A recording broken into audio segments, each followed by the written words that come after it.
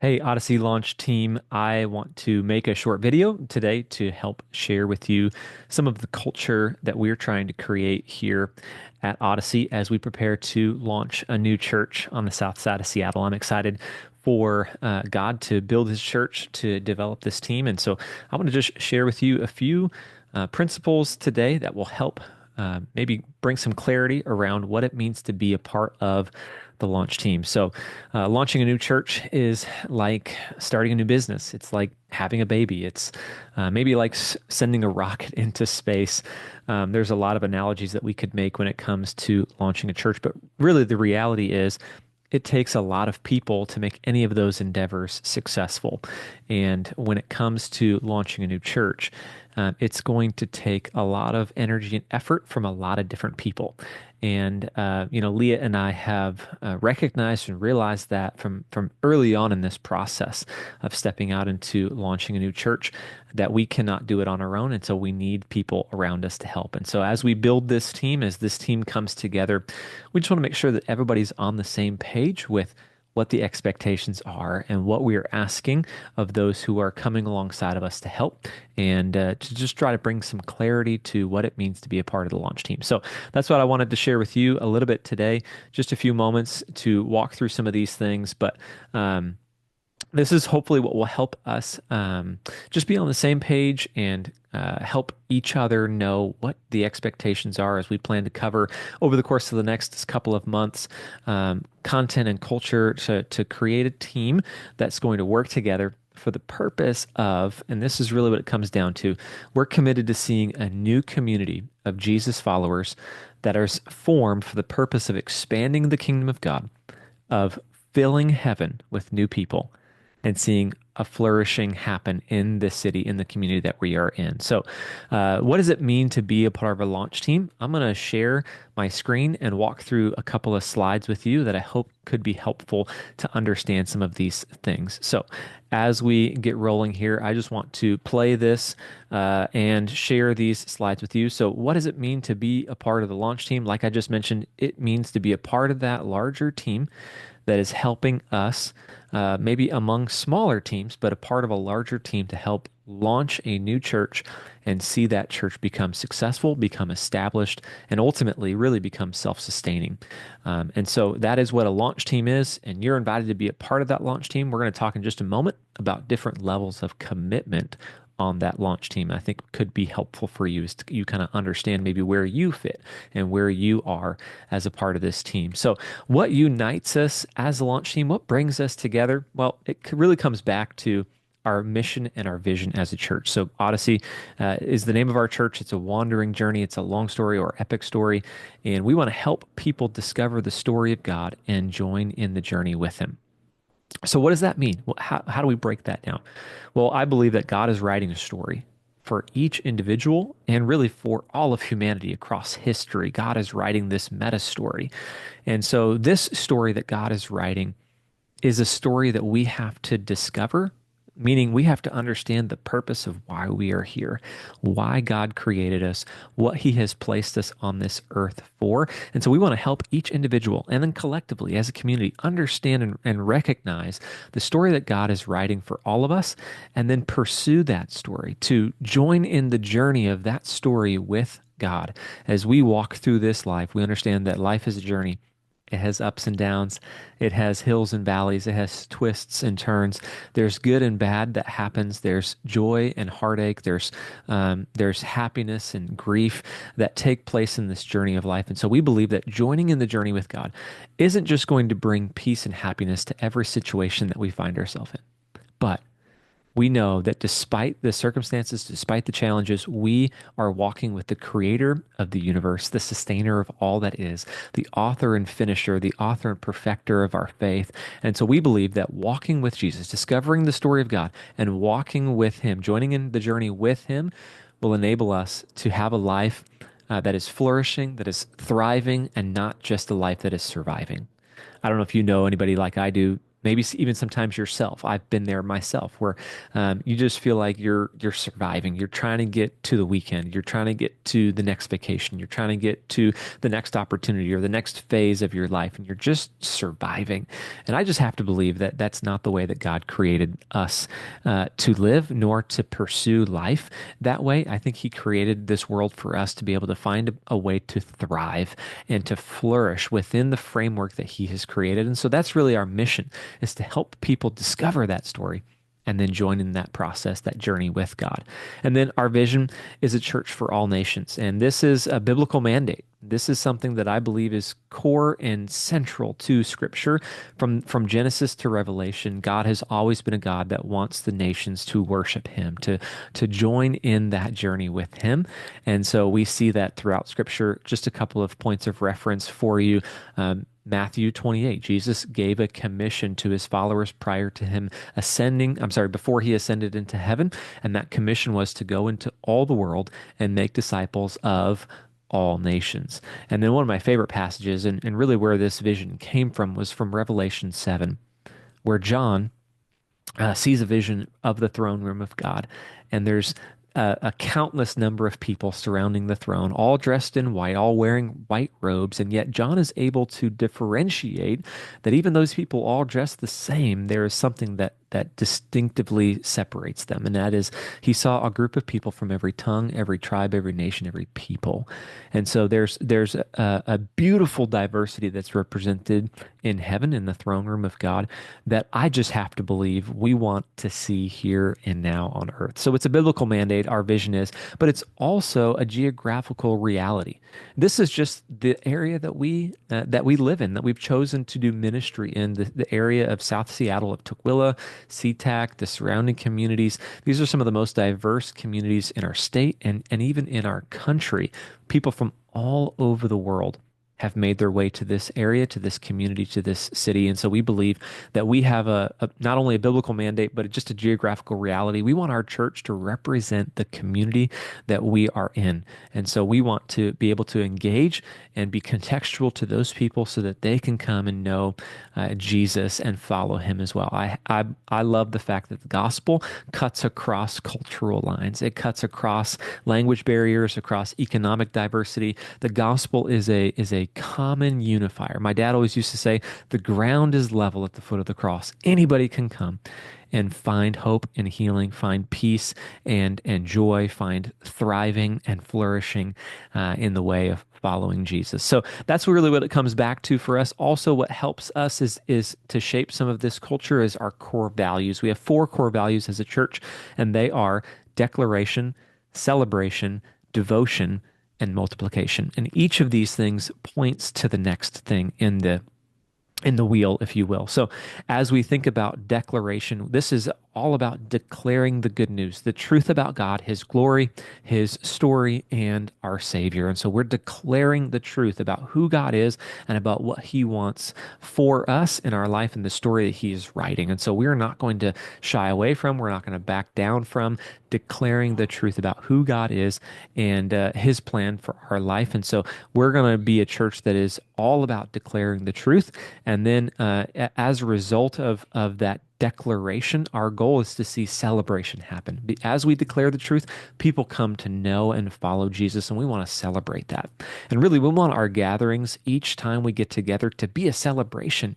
We want to be celebrating the good things that God is doing, the life change that's happening, the ways that God is working in and amidst our community. And so declaration leads us to celebration, which then leads us to devotion. As people are transformed and as people come and know and follow Jesus, they will lead lives that are devoted to Him. We want to be devoted to good works. We want to declare the good news and be devoted to good works because we believe that living a life of following Jesus means that we are devoted to teaching and prayer and breaking of bread and fellowship and all of the things that the early church in Acts was doing, we want to be a part of and have as a part of our culture at Odyssey. And so one of the things that I'm going to talk about a little bit later on is a prayer opportunity because we want to build a prayer culture into our church. We want to be devoted to prayer, be devoted to good works. We're going to be a church that serves in the community. Why? Because we believe that it's one thing to speak the good news. It's another thing to show the good news, to show how it has changed and transformed our life. And so we're going to be devoted to good works.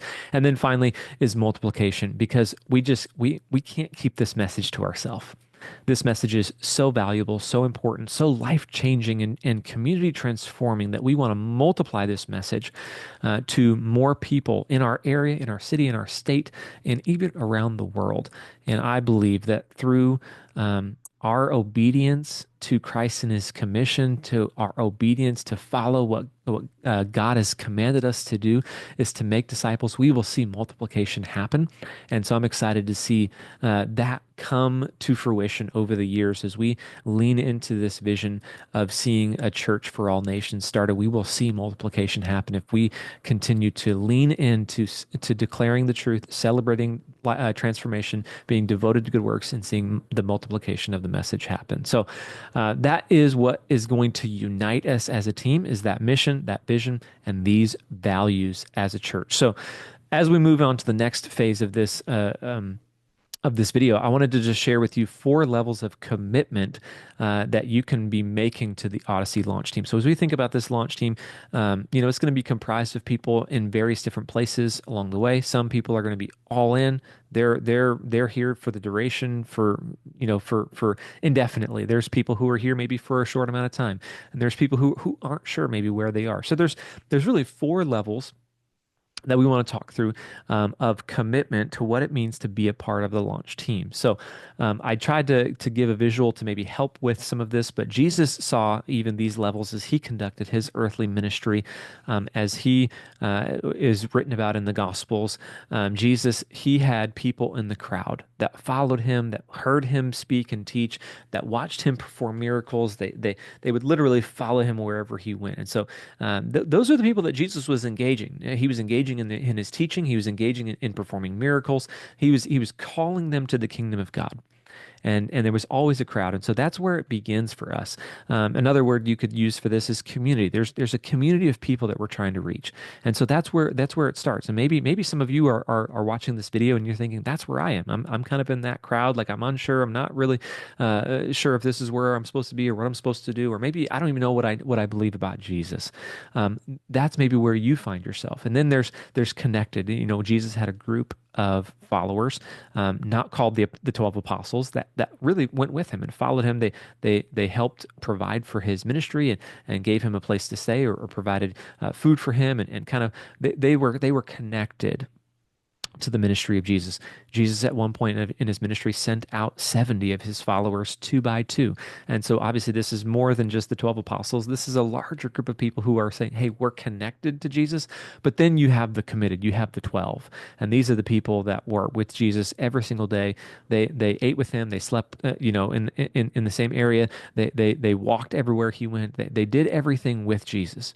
And then at the very core of that, you have Peter, James, and John, who were beside Jesus in his greatest moments and in his darkest moments. If you think about the Mount of Transfiguration, if you know the story of the Gospels, Jesus goes up onto a high mountain and he takes with him 3 men, Peter, James, and John. And then in the darkest hour of Jesus's life, he goes into the Garden of Gethsemane. And who does he take with him? A little further on from the other disciples is Peter, James, and John. And so this was his core. These were the people that he was closest to, and who helped really shape not just his earthly ministry, but the ministry of the church after Jesus left and ascended. It was Peter, James, and John who really were the core, the pillars of the early church. And so these are the 4 levels of commitment that we're using as we think about who is on our launch team. And really the reality is we need every single one of these people to be a part of our team.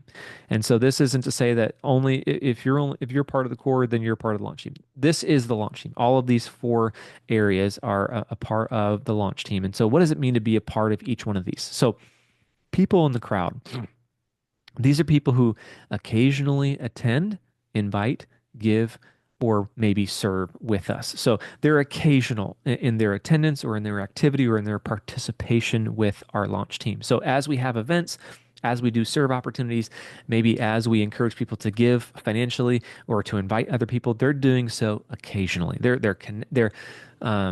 in the loop. They're on the email list. They get invited to these things and they occasionally show up. They occasionally participate. They're kind of just unsure of how much they want to commit at this point or be involved with the team. And again, let me say, we need these people. Part of what helps in having people come and attend and be participating in an event is just creating an atmosphere, creating an environment where other people feel like they can come and be welcomed. I don't know about you if you've ever gone to a party where there's maybe been 4 or 5 people and you kind of walk in thinking that there were going to be a lot more people at the party, and then you're like, oh, I don't know if I want to stay, because there's just something about a smaller gathering that maybe makes people feel like uh, everybody knows that they're there or not, right? And so we want to create a crowd, not for the sake of having a crowd, but so that people who are on the fringe, who are unsure, can come and not feel like they're out of place immediately. So we want that element to our environments, to our events. And so then we have people who are maybe saying that they're connected, that they're regularly attending. Let me move to the next slide here to help you see this. But people in the crowd occasionally attend, invite, give, or serve. People who are connected regularly attend, invite, give, or serve. So this is kind of the next level of commitment. If you're saying, "Hey, I'm excited to be a part of the launch team. I just don't know how often I can come, or how often I can give, or how often I can serve," that's fine.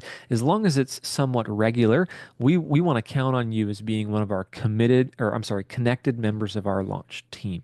And so you're going to regularly attend as often as you can. You're going to regularly invite people to our events. You're going to regularly give or serve in some capacity. And so we need people in this area of commitment as well. And then we see the people who are committed.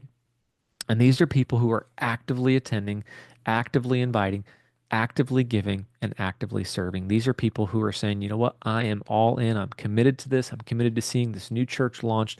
I'm committed to inviting people to come with me. I'm committed to being at every single event that I can be. That whether unless I'm sick or I'm out of town or I have a wedding to go to or something else that is keeping me from being there, I am going to be there. I'm going to attend. I'm going to invite people, and I'm going to give financially. And I'm going to talk about that in just a second of how you can do that. But your financial giving allows us to continue to do ministry, to continue to have events, to continue to have things that we're drawing people to, and also not just bringing people in, but sending people out to do ministry in our community. So your financial giving enables that to happen. And then serving. I think one of the things that we're going to talk about next time is finding your fit. How do you fit in on a team? How do you serve? How do you best use your gifts and talents and abilities to serve God and the church through a team? And so that's what it looks like to be committed. And then people in the core, these are people who are substantially attending,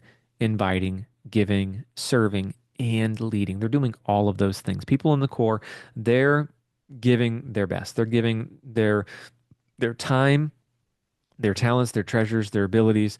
They're first ones there, the last ones to leave. The way that I have explained the people in the core, these are the people who are leading teams. These are people who are showing leadership ability and capability and desire, and not just leading necessarily, but these are the people that we're counting on to show the way and to lead the way for our team. And so this ultimately may end up being people who become staff members or who become elders, who become ministry leaders and coordinators and directors in our church. These are the people that we're relying on to really hold up the hands and to share the load, to be in the yoke with us as we continue to pull this thing forward. And so that's what it means when we say, where are you at? What's the level of commitment that you have as a part of the launch team? Are you in the crowd? Are you connected? Are you committed, or are you in the core? And I just want to talk about some of those actions really quick because I think it's important to help bring clarity to what we mean when we say attending. And really, attending is one of the easiest ways that you can participate. It's just showing up. It's coming and being a part of some of our events, whether it's a social event or an interest party or a team night or a serve event. Eventually, it will be Sunday gatherings. So when you attend, you're just showing up. You're just in the room. You're present. You're there. You're creating that atmosphere, that environment we talked about. And then inviting is core to our value of declaration. We want to have an invite culture as a church. We don't want to keep this good news to ourselves. We don't want to keep the good news about Jesus and the way that he can transform people's lives to ourselves. We want to have an invite culture. And so that's what it means when we say inviting. We're inviting people to come to our events. We're inviting people to come and see what God is doing and what can happen in their own life. And we all should have people that we know or could know, maybe that we will meet, that we're inviting to attend an Odyssey event or a service that we have. So giving financially is the next thing. So attending, inviting, giving, I believe is a spiritual decision. And it's an indicator of our commitment. If you think about the things that we give to outside of the church or maybe other organizations, we give to things that we're passionate about. We give to things that are important to us. We give to things that bring value to our lives. And so I hope, and my prayer is that you will believe in the mission of Odyssey, that you'll understand the value and importance for you and for the community at large, and that you'll make a decision to invest in what God is doing through us. And I just want to say, because of some incredible, generous donors who have partnered with us, specifically some of our networks and churches and individuals who've partnered with us, they have covered my salary. And so when you give, your giving is going directly to funding the mission and outreach of our church, hosting events, serving people in the community, helping meet the needs of people right here in SeaTac Tukwila, and allowing ministry to happen. You don't have to worry about where's your money going. It's going directly to helping facilitate ministry here in our target area, in our community that we're investing in, and that is the community of SeaTac Tukwila. So thank you. If you have given, if you have set up a recurring gift, some of you have already done that through our partner at Evergreen. We're switching that over to Planning Center. And so I'm going to show you a slide in just a moment where you can set that gift up through Planning Center, and then you'll have to cancel that gift through Evergreen. If you've already set up a recurring gift through Evergreen, you can set that up now through Planning Center. All of our internal offerings are going to come through Planning Center. All of our external support coming from outside individuals and churches and organizations is going to come through Evergreen. And then serving is another key component to the actions that we're going to take as a church. And serving is a way that we serve on a smaller team, maybe that makes up the larger team that is the launch team. And so as we see outreach and ministry happen, there's going to be over a dozen ways that people can get involved in serving, whether it's worship and tech or media, kids, hospitality, outreach, all kinds of ways. And so the next time that I'm going to be talking to you is about how can you find your fit? How can you find a place to serve and be on a team so that we can, again, reach more people, do more together. There's synergy on teams. And so we want to create teams to help us reach our goals there. So as we continue to roll along here, I just wanted to share this slide with you about giving. And so here is the information for you. If you're interested in giving financially as a part of our team, you can set up a one-time or recurring gift now through Planning Center. The link is on our website, odyssey.church/partner, or you can scan the QR code that's on the screen there. It will take you there as well. We would encourage you to set that up as well. And then a couple of other things that I wanted to just mention here that we announced at our last team night. We're doing a men's leadership and theology meetup on Sunday afternoons at 1 o'clock. This starts on February 2nd. So if you're interested in that, men, we'd invite you to come and be a part of that. And then we're also going to create a Zoom call weekly that's going to be all about prayer and just praying for people on our team, praying for people in our community, praying for God to open doors and to move things forward for our church, because we believe in the value and importance of prayer. Just trying to create that prayer culture. And so we invite you. This is one of those things you can just drop in. You don't have to commit to being a part of every week, but if you are available and want to be a part of that prayer call, we invite you to step into that as you can. And so we're trying to determine the best time for that, either a Monday morning or a Tuesday evening. It sounds like it's going to be the best time. And Emily McLeod is going to be leading that. We're excited for her to step into leading this prayer time. But That is what I wanted to share with you today. I hope it is helpful for you to understand what the expectations are for those on our launch team, how you can be involved, how you can be participating in attending, inviting, giving, serving, and some even leading. So, again, thank you so much. Thank you for being a part of our team. And I hope to see you at our next event, which is a social event on February 9th. And then we've got a calendar of events that we have moving forward all the way through to our grand opening Sunday, which is October 5th, 2025. So excited for what God is going to do this year through all of us as we unite together as a launch team to see a new community of Jesus followers started in the south side of Seattle. Thanks so much. God bless. We'll see you hopefully very, very soon.